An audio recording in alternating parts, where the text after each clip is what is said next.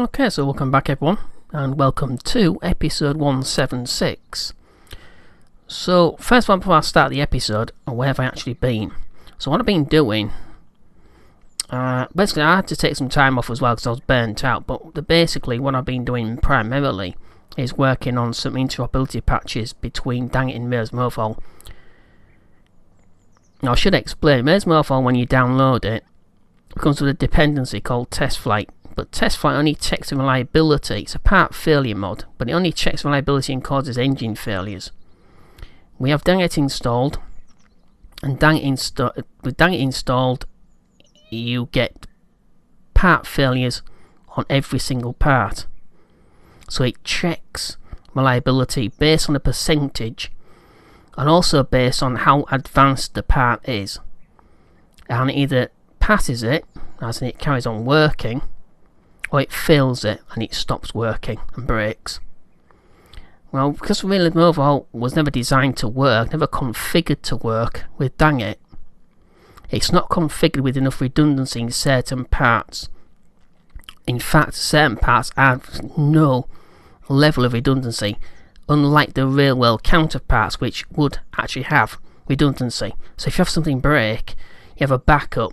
So a good rule of thumb within aerospace, and especially manned space flight, a good rule of thumb is that everything that's primary critical to a spacecraft's survival, and thereby the crew survival, is done in triplicate.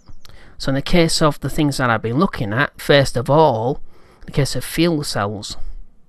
Now fuel cells are fitted usually in triplicate. So in the case of the Apollo spacecraft, which is the furthest manned space flight that's actually taken place up to now, we have fuel cells fitted in triplicate, and each one of those fuel cells is capable of running the spacecraft's critical systems by itself. So we have the primary, we have the first backup, and we have the secondary backup as well, and each one is capable of running the spacecraft by itself.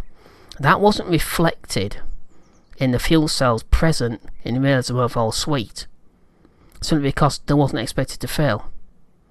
So they'd reduce the output of electric charge down to sub-realistic levels. So you needed all three basically working to get the Apollo spacecraft working, whereas if one failed, you couldn't switch the other two up. In real life we can throttle fuel cells.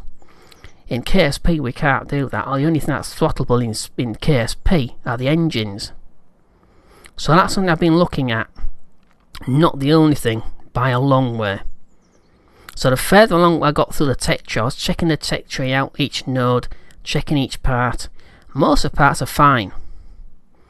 But in the case of things like the modules assigned through remote tech, some of the remote tech antennas weren't actually getting their remote tech modules assigned to them, so I've fixed some of those. I'm still working on the other parts.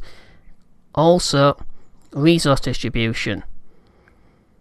Now in the case of the Moon and Mars, there's been new findings. Water, for instance. Not dry ice, but actual liquid water ice found on the Moon. There's largest concentrations within the southern polar region of the Moon.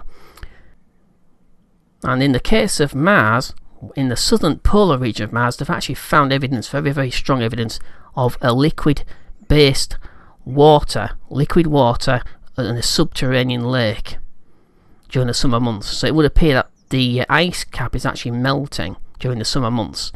The carbon ice, which is laid over the top, several meters worth, is melting, going back into the atmosphere, and it's revealing the actual liquid water-based ice underneath it. Some of the ice seems to be melting and forming an underground lake in a passage. So it's rather like underground lakes that we get on Earth. There's only evidence, it's not actually been confirmed, but there's actual very strong evidence to suggest that's what's going on in the southern polar region. Again, it seems to be like a bit of a pattern forming. We've got a very large concentration of liquid-based ice, liquid water-based ice, I should say, in the southern polar region of the Moon, as well as Mars. It seems like the larger sort of deposits of this water are in the southern polar region of these two bodies. So I don't know if that's a sort of some reason for that, possibly axial tilt. That could be the reason.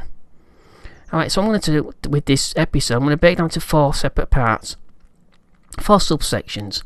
So the first 2 parts take place at White Sands, where we are right now. So the first part will take place in the VAB. The second part will take place at the launch pad, or possibly the runway threshold. I haven't quite decided which one will work best. The third part will take place in orbit, but we'll start on Home Lake Island with a test flight from the Gemini Spacecraft, the latest test flight. We're going to head on to orbit. Once we're on orbit, we're going to check out some things on orbit on the Gemini Spacecraft. I want to do more with the Gemini Spacecraft than was actually historically possible. So I have to take... I like using the Gemini Spacecraft, so we'll be extending how long we use it for. We need to anyway, because we've got quite a while before reaching the 1960s, before the Apollo spacecraft will be available. Okay, and the fourth part will be the epilogue, where I'll talk about what we've got planned for the end of the 1950s. Let's start the episode off with the part 1, and we're going to head into the VAB.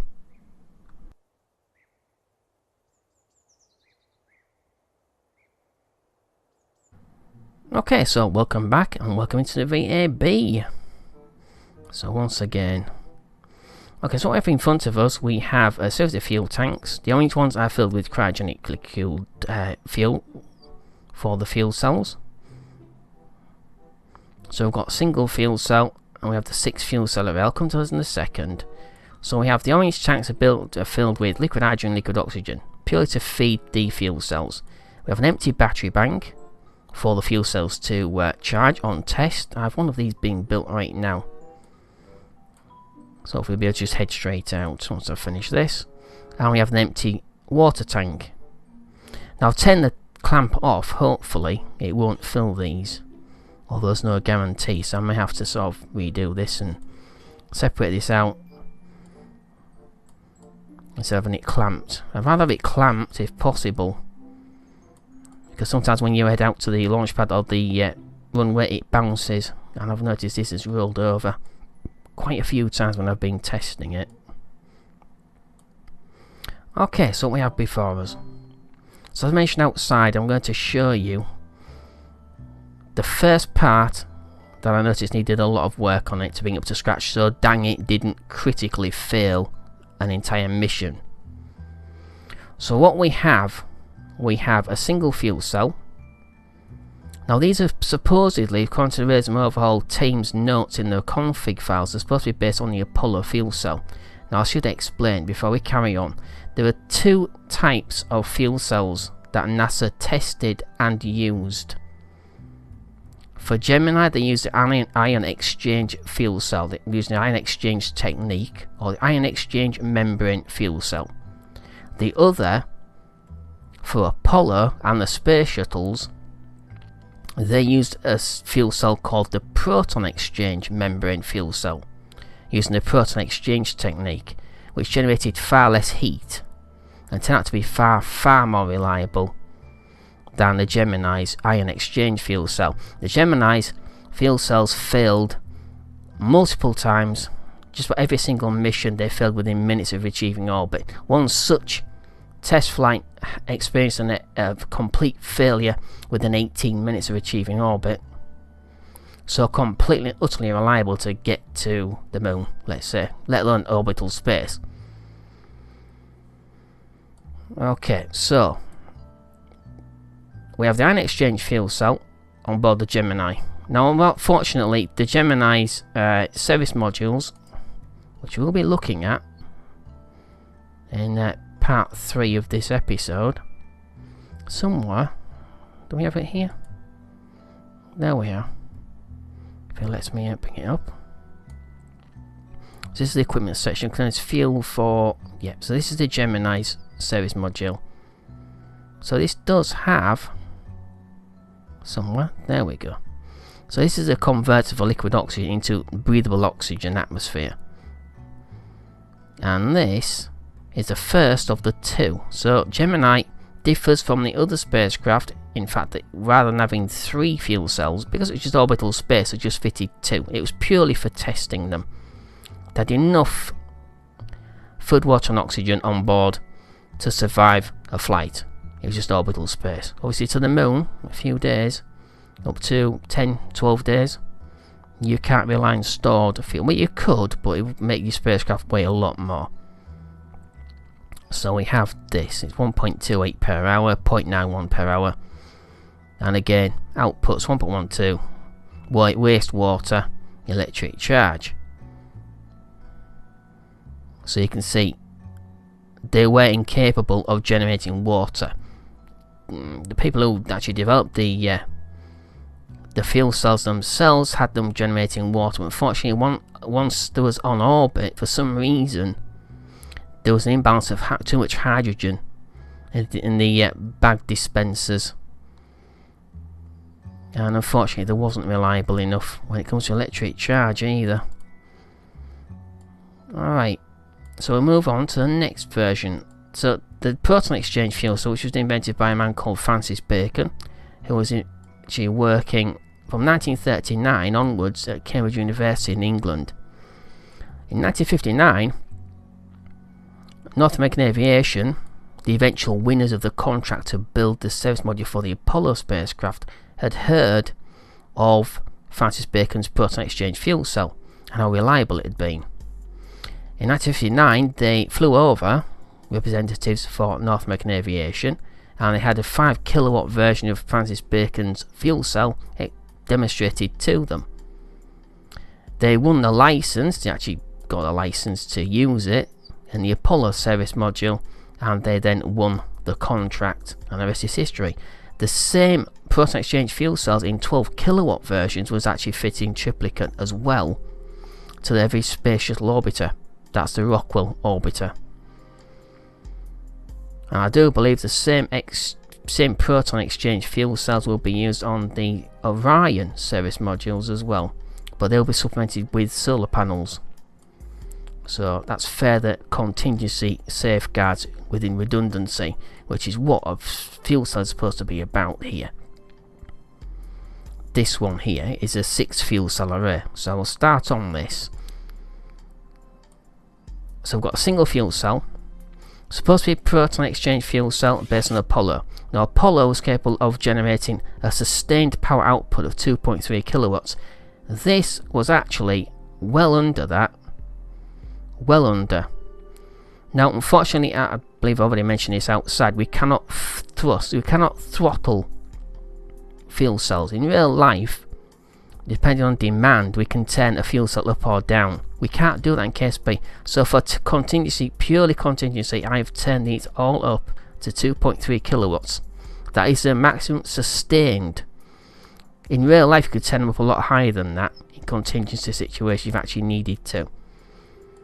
So what I've done, put up to 2.3 kilowatts. So that's 2,300 watts, or 2.3 electric charge per second. Okay, so moving on. So what we have here is a 6 fuel cell array. This is 6 of these in here, or it's supposed to be. It was actually configured like that. Now the thing is, this is a stock part, and the stock part by squad had one single part module. So basically what we had in both stock and Realism Overhaul, we had a single part module mimicking, emulating 6 fuel cells. So basically it was just one single fuel cell effectively generating 6 times what the single fuel cell was generating. So that's wholly completely and utterly inadequate for Dang It. Dang It would come along and say, well, that part's failed and I'd lose all 6 of these fuel cells, because it's just one fuel cell really. So purely for contingency situations, I transferred 6 of these into here. I completely rebuilt this fuel cell array, so now it's got 6 fuel cells.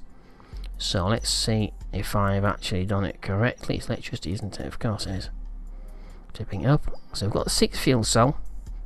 We've got a single fuel cell here. Inputs 1.0 per hour, 2.3 electric charge, and 0.98 water. So completely in contrast to the Gemini, which is incapable of generating water that was drinkable by the crew, which is fact. That is absolute fact. These are capable of generating pure water. so the crew could drink it. So that lowers your requirements of delta V to get onto orbit and to get to the moon and beyond. In the case of Orion, it has 1,000-day endurance projected for it. So that is a massive amount of endurance extra compared to even the Apollo, which is the furthest manned space flight in history, up to now at least. Unless you count Starman, who was just approaching Mars at this point. But he's not alive, is he? He's sat in a roadster from Tesla. Okay, so 2.3 kilowatts per hour. So as you can see, 2.3 per second. I already mentioned that. So now here we have, well, on just one of those, we have 1, 2, 3, 4, 5, and 6. So we can switch any one of these on and off. So if we have one of these running to keep the Apollo spacecraft, or any spacecraft for that matter, powered and the crew well watered, generating far more water than you actually need for the crew. So if any one of these fails, we can just switch it off and switch another one back on. So we have effectively at least 4 redundant fuel cells. Even if we need, that's if we need 2 of them running at the same time. We shouldn't need 2 of them running at the same time. Obviously, in real life, all 3 of them on the Apollo fuel cell, as far as the Apollo fuel cells were running, were actually running all the time. But those turned right down. As I said, we can't throttle anything other than engines in KSP. So unfortunately, we have to run them at maximum sustained output. So that's basically it. It doesn't look like much, but honestly, it took quite a long time to figure out how to actually get this actually working. So we also have reliability information right here. That's a generator. So the generators, I have basically transferred them to the fuel cells. So each fuel cell is classed as a generator now. Alright. Nothing special. Repair cost is 3. So that's 3 spare parts. End of life. I may need to tweak the end of life before I actually start using it. But we'll test them on orbit eventually. I'd rather use solar panels, but you know, solar panels are a lot heavier. Okay, so that's that. Doesn't sound or look like much, but as I said, it took quite a while to sort out. Okay, so this isn't the only part I've been working on. So as mentioned outside, there was some of the antennas. So we have the Gemini antenna, which was not working. Now we have a remote tech antenna actually being applied to it. So now the module is actually being applied. I fixed that. So I'm working through some other parts as well. Where was the... No, it's not that one. There we go. The RT antenna is applied to that.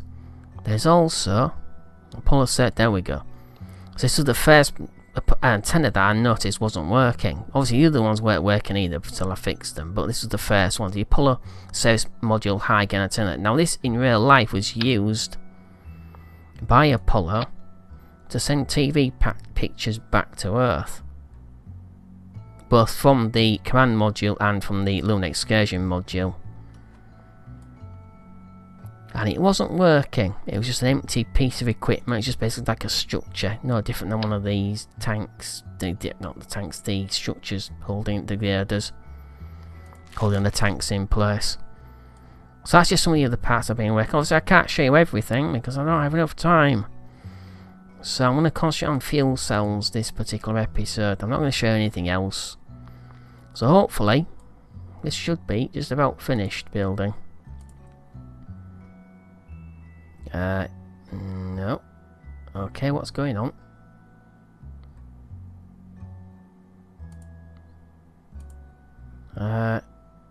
What's going on? Okay.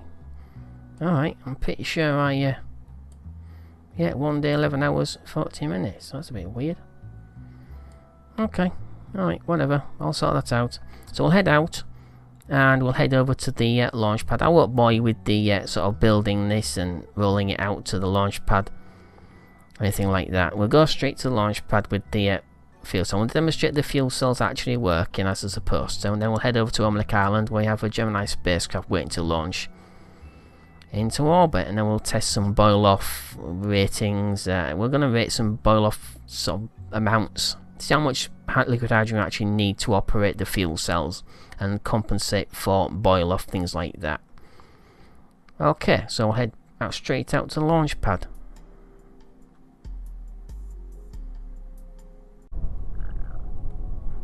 Alright, so here we are at the launch pad, White Sands. It's a few days later. I forgot actually, I didn't actually put the thing on to build, so it took like 4 days. Never mind.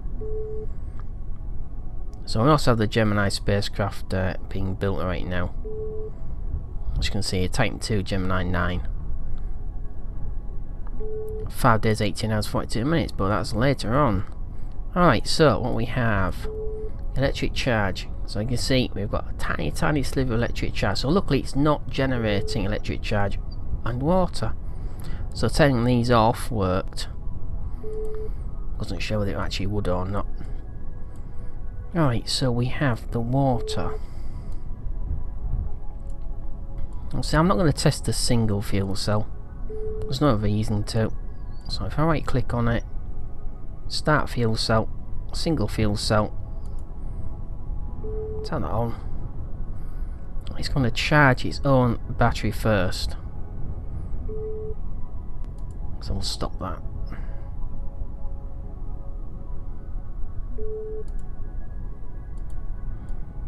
Okay, so that's a single one. It's a bit dark considering I'm actually in the desert, but it's quite cloudy. Oh.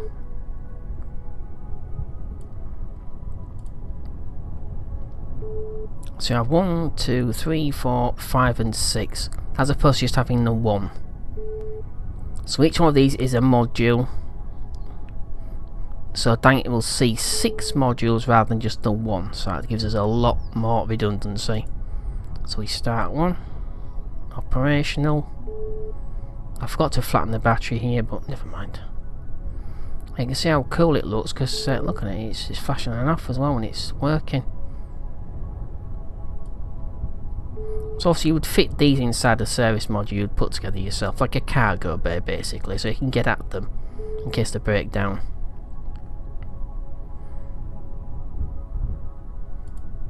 Just check that. That's charging nicely. That's just on a single fuel cell.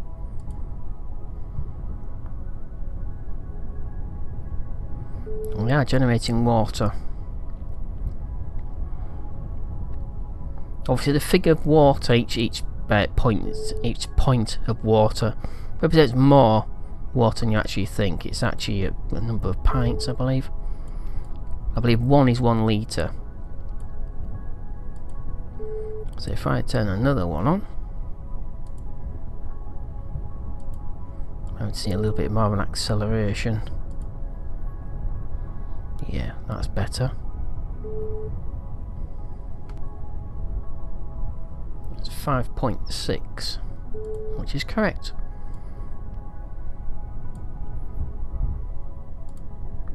And then we have more. Yeah, there we go. So we've got water being generated.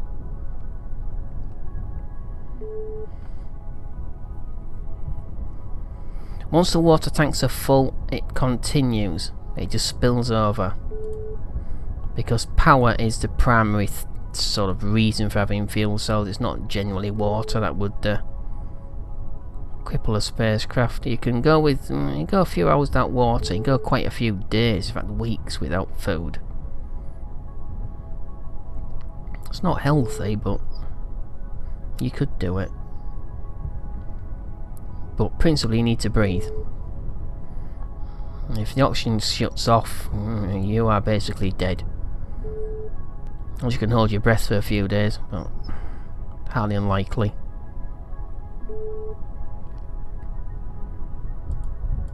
So if one of these fails, so we shall mimic one of them failing. And we do. Switch the third one on. So we switch number 3 on. So you can see you've got start and stop fuel cells. So you know exactly which one's actually working, which one isn't working. Up here, inactive status. The first one is now inactive, but for some reason it still shows the stop button.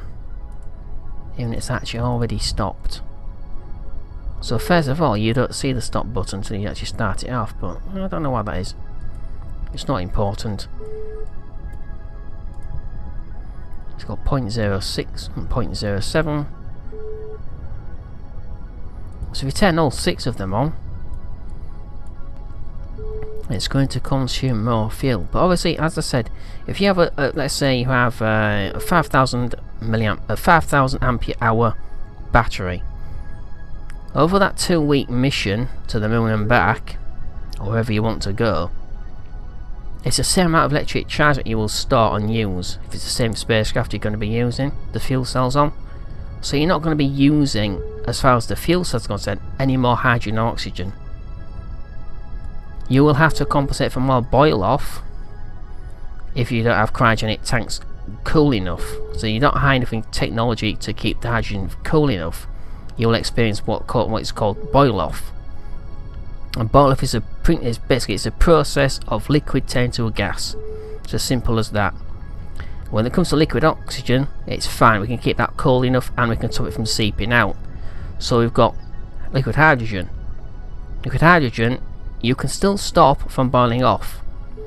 So I'll just touch on a number of questions in real fuels forums, in the KSP forums itself, I should say, about real fuels, regarding real fuels. People have been asking how to stop liquid hydrogen from boiling off. If you've got cryogenic tanks level 2 and you actually set your tank up correctly, you should not be experiencing what is called boil off. As I've said, vaporization of the liquid, which we have to allow to escape because the gas takes up far more volume in the tank, so it would split the tank open and we would lose all of our resources. So you have to fit a boil off valve. There's another principal way of actually preventing boil off, not technically preventing it, but we can allow it to boil off by fitting a pipe to the boil off valve and fitting a boil over tank. So we would store the tank on board empty first of all, and then the vapor would pour into, or sorry, leak into, through the boil off valve into the tank, so we could store the gas itself. That's one way you can sort of compensate for it. The other thing you cannot compensate for, and that's seepage. So I should really explain. So because we're talking about liquid hydrogen, in its atomic form, liquid hydrogen as an atom is the most basic atom in the universe. It's also the most prolific as well. You find it everywhere. And because of this, we cannot store hydrogen completely 100% without allowing it to sort of either boil off or seep out. So we can stop it from boiling off by keeping the liquid cool enough. One thing we can't compensate for is the fact that it will escape atom by atom to the skin of any tank that we can make. So basically what's happening is that every single material that we can make a tank from is, well, it escapes through in between the atoms. So you can't compensate for that. The only way to compensate is to create, I suppose, lead. You could create lead-lined tanks. You could build lead-lined tanks, but that would utterly, that would nullify any way of getting to orbit, because the tanks would weigh far too much. So if you're using the fuel, if you're using hydrogen as a fuel for rocket engines, it would negate the reason for using it in the first place. So unfortunately we can't stop hydrogen from seeping out of a tank. It's impossible, we can't do it. I suppose sometime in the future, some sort of Star Trek style sort of force field or something like that, maybe. But that's way, way, way off into the future. And this is Realism Overhaul, so we don't go into science fiction. Alright, so that's that. Not much, like I said in the VA, but it took quite a while to actually sort out, and the other parts I've been working on, which I'm still working on right now. Obviously I can't show everything. Alright, so see how far we've got. So up to 0.18 in water. That's more than enough. So in a few minutes we have, a minute. So just a few minutes we've got almost a full litre of water.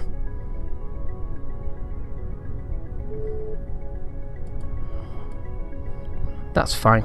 That's more than enough. It's more than what we need. Do you want to turn all of these on? We'll turn them all on, just to make sure they all actually work correct. Don't get any exceptions. Okay, so that's all 6, 1 through 6, all operating. Yeah, we've got 2.2 kilowatt hours charged already. 2.3, and as for water, we should be generating plenty of that. It should go up by point. I'm looking at it. Yeah, there we go. 0.23 now. So that's more than enough. Alright, I'm going to go ahead and recover this.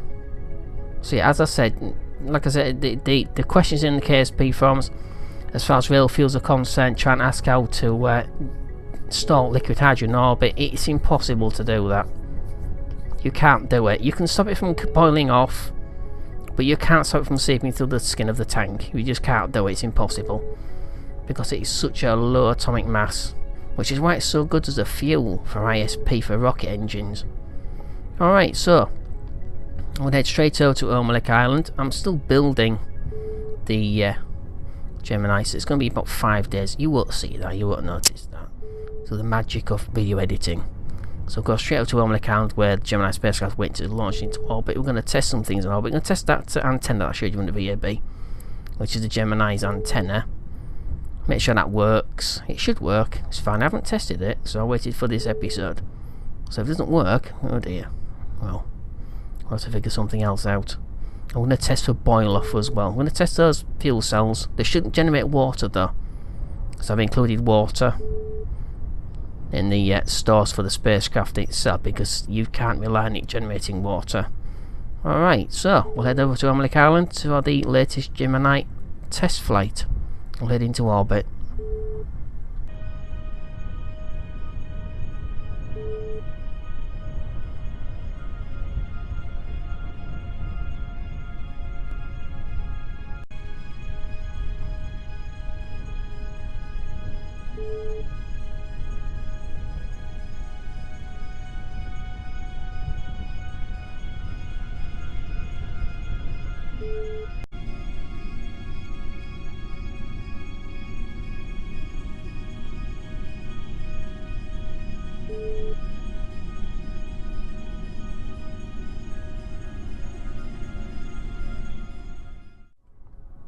Okay, 30 seconds to launch.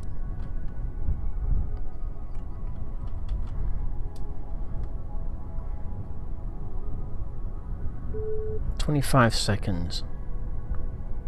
So have Jebediah and Bob as the crew. 20 seconds.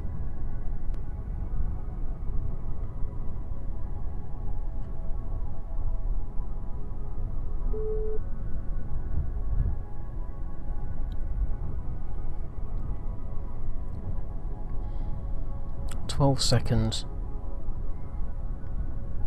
10.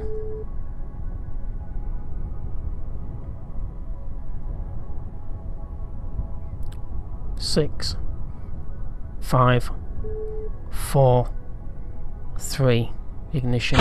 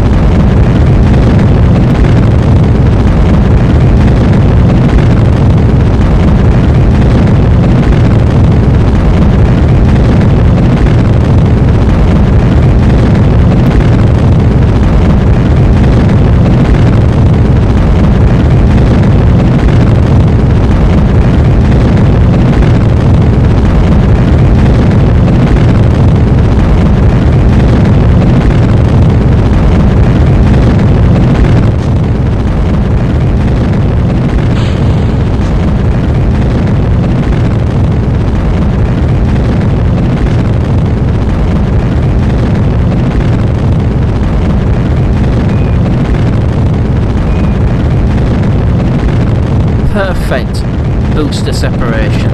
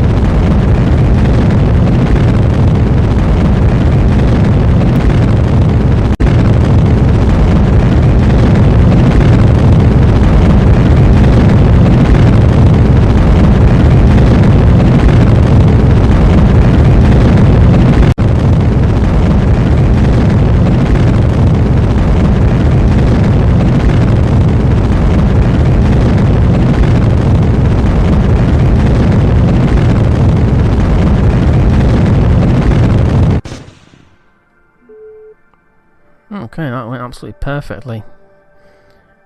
178 kilometers, just under 179 kilometers at the upper axis. 1 minute 53, so we've got about 60 seconds before the node. So let's separate.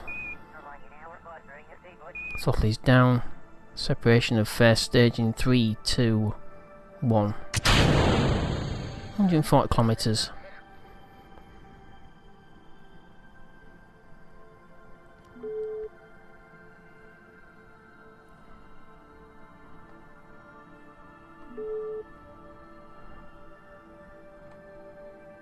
Okay, 30 seconds, 27 seconds before second stage ignition. Ullage first, and then as usual, the LN91 then ignites.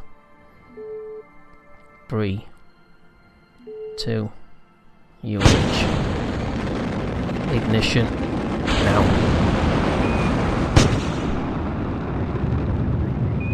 Okay, good ignition. There is a slight offset though for some reason. I don't know why that's going on still.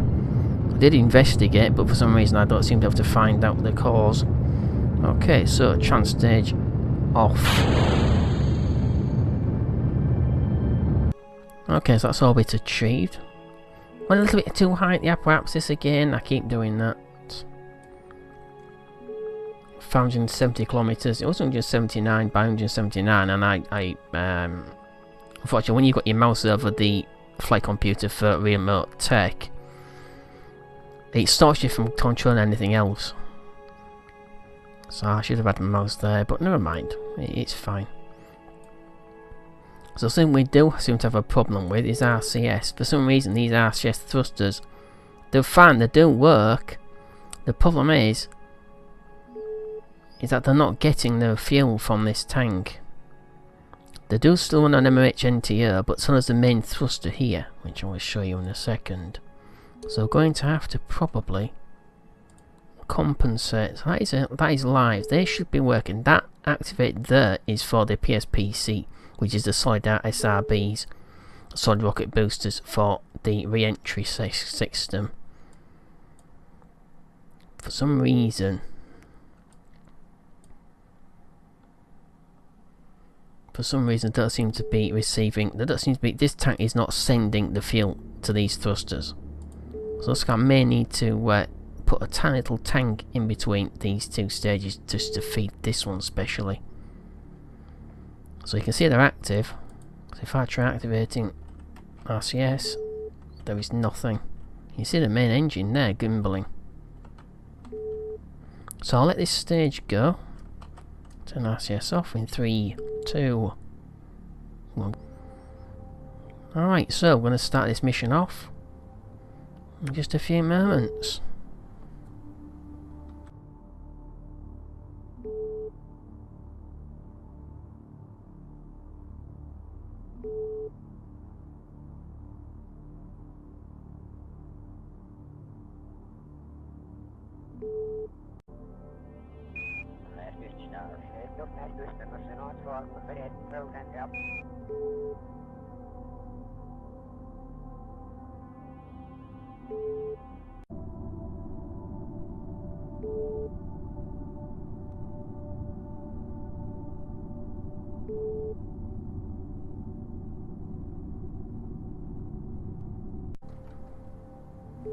Okay, so we're ready to begin this mission. So principally what we're going to be doing, just clear that off, we're going to just be checking liquid oxygen. Liquid oxygen should not be boiling off, nor should it be leaking out through the tank skin. Now, I've explained back on the ground, liquid hydrogen, you cannot stop from it seeping out through the skin of the tank. It's impossible. But you can keep it cold enough. We should be able to keep it cold enough. If I notice some excess amount of hydrogen being lost through the next sort of so many hours, I'm going to check 24 hours worth. So I'm going to go forward 24 hours and check this. So we've also had, as I've already explained, RSS failure, so I want to compensate for these not working and to compensate with the re-entry package. The re-entry package only got a tiny amount in it, so I have to be quite sort of gonna have to skimp a little bit on the RSS, unfortunately. It's not quite ideal, so I need to figure something out.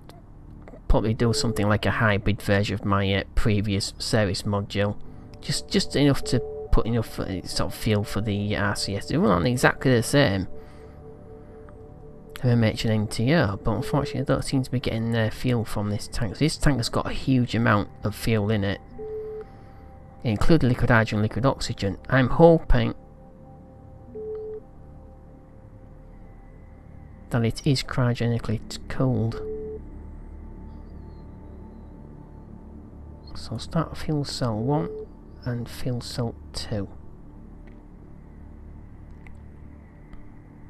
We shouldn't need any oxygen. I did pack enough for about 4 days worth. Right.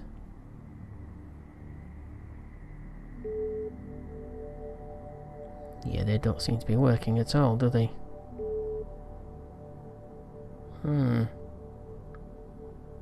If they are, they're not adding electric charge here. They're definitely getting no liquid oxygen, liquid hydrogen, but unfortunately they don't seem to be feeding off the tank.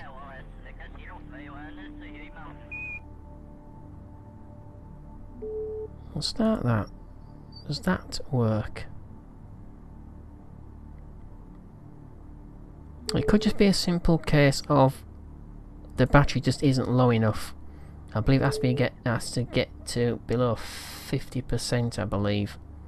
It could even be lower than that. So we shall have to test that. We have 2,932 electric charge. It's definitely using enough electric charge, 2.02 kilowatts. So we'll try and compensate for that with 1.97.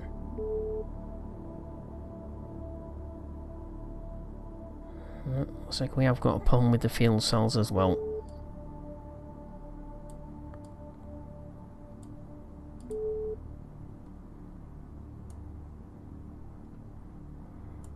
Let's head forward a little bit of extra time. We can't leave it too long simply because we've already used up. I don't understand why I've used all electric charge up, to be perfectly honest. It's not. That's not right.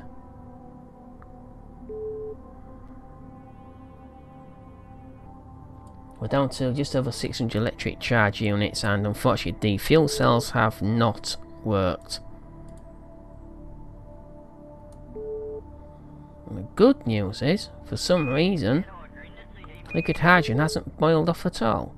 So obviously it's only just seeping through. So we are keeping it cold enough. We haven't gone forward that far. Let me just take a very quick look. Yeah, it's only 36 minutes. You wouldn't have experienced anything in orbital space when it comes to boil off of liquid hydrogen. No, not boil off, but seepage through the skin. You wouldn't notice much in any case. Alright, unfortunately we are going to have to let this stage go. Bye bye. Yeah, unfortunately as in real life, the fuel cells have failed. So I'm going to want to put my own service module together, just to test them. Just to test and make sure we can actually do what I want to do. Because obviously we want to do more, as I already stated, with the Gemini spacecraft. I want to do more with it anyway. We're down to low sensitivity. I'm going to go to RSS. I'm going to go to negative. Where are we? That's fine. We're at the apoapsis, approaching apoapsis. At apoapsis, we will burn retro.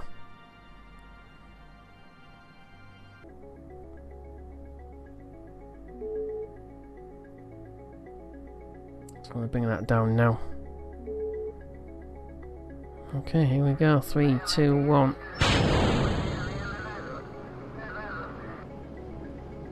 That's fine.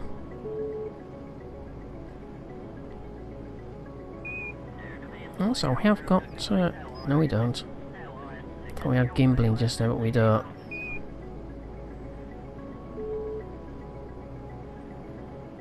Yeah, that could turn out to be rather dangerous if we rely on those fuel cells. So we're not going to be.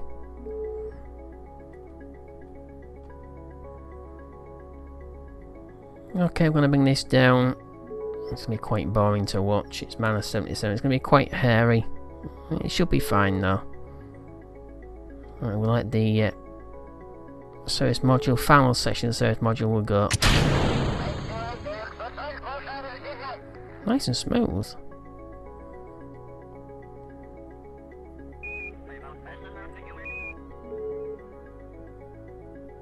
We have about 20 minutes or so before we hit the atmosphere.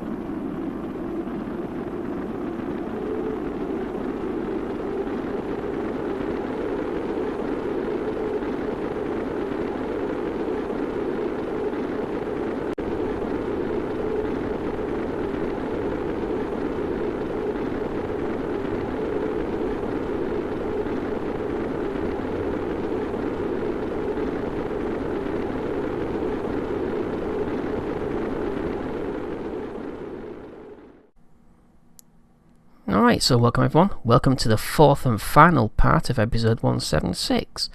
So you can see before us we have a new flag and a new name that we're going to be operating under. So we are representing this authority. It is the United Nations Space Authority, or the UNSA. Our basic principle reason for existence is to expand human spaceflight into outer space, to explore the solar system. Primary objectives and secondary objectives are to expand our technological capabilities and our techniques, both construction on orbit, which will hopefully lead to space station construction, as well as communications satellite arrays. So that's not just a single satellite, maybe one or two dishes on it.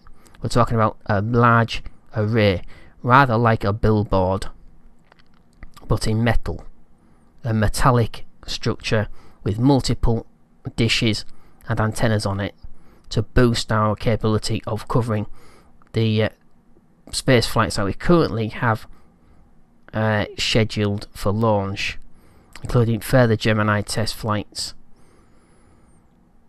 A primary objective from this point forward is to achieve a soft landing on the moon. So that's our primary objective we're going to be concentrating on. Secondary is, again, as I said, continuing the test flights with Gemini. For the time being, Gemini and Voskhod combined. So we have control over all of Earth's space flight capabilities. All the launch pads of all the member states come under our control now. They also retain their own individual commercial launches to make money, but they've all agreed that they need to pool their resources under the UNSA. Alright, so further bit of information for the playlist and the videos. So you may not have noticed that the playlist actually changed its title. It's now the 1950s. When we enter the 1960s, the playlist itself will switch to 1960s. It'll be a new playlist for the 1960s and the 70s and so on. I've also changed the format for the title of the videos, so it's easier for you to all find what you want to watch. I understand that you may not want to watch every single launch, every single video that I've made. It's just pretty obvious. Most people won't want to watch all of them. You want to watch the basic ones that you want to watch. So in order for you to find it easier to find the ones that you do actually want to watch, I've added an extra piece of information towards the end of the title. I've had to restructure the title a little bit. Hope it's not too confusing. Alright, so that's basically it. So we're going to be continuing on our attempts to get a soft lander to the moon. That's what we're going to be concentrating on. That's what these videos are going to be about. Secondary video is going to be about the Gemini test flights, as and when something interesting happens, such as putting something. We're going to continue trying to get something onto orbit to put together. So we're going to take components up, put them together, then the next test flight will come up, rendezvous with that structure and add more to it. So this is all about trying to get not only a space station together, but also get the techniques of putting something like that together, but also the construction of arrays and other structures which we may or may not require. So it's all about learning how to put things together, learning the techniques. Alright, so primary objective, lunar soft lander. It'll be unmanned for the first time, and then hopefully it'll work forward towards a manned landing, then obviously a lunar colony ultimately, and then we'll head on towards Mars. And secondary is continue the Gemini test flights. Alright, so that's the end of this video. That's the end of this episode. That's the end of episode 176. Hope you enjoyed it. If you did, please click like. If you found it interesting, please don't forget you can comment. Don't be put off by the fact that they're on approval only. Please don't be put off by that. If you want to actually put your, tell me something, if you think I've missed something, not probably this video, but previous videos and future videos, please let me know. Okay, it's all a learning process. I'm not a master at any of this, so that's obvious. No one is. Not even people at NASA. We're still learning all the time. Alright, so thank you for watching. Don't forget we have Facebook, Google and Twitter. You'll find links to those three websites on the banner on the front page. Please click a like and a follow as applicable. It will be very much appreciated. And don't forget to subscribe to the channel as well. Alright, so hope you enjoyed this video.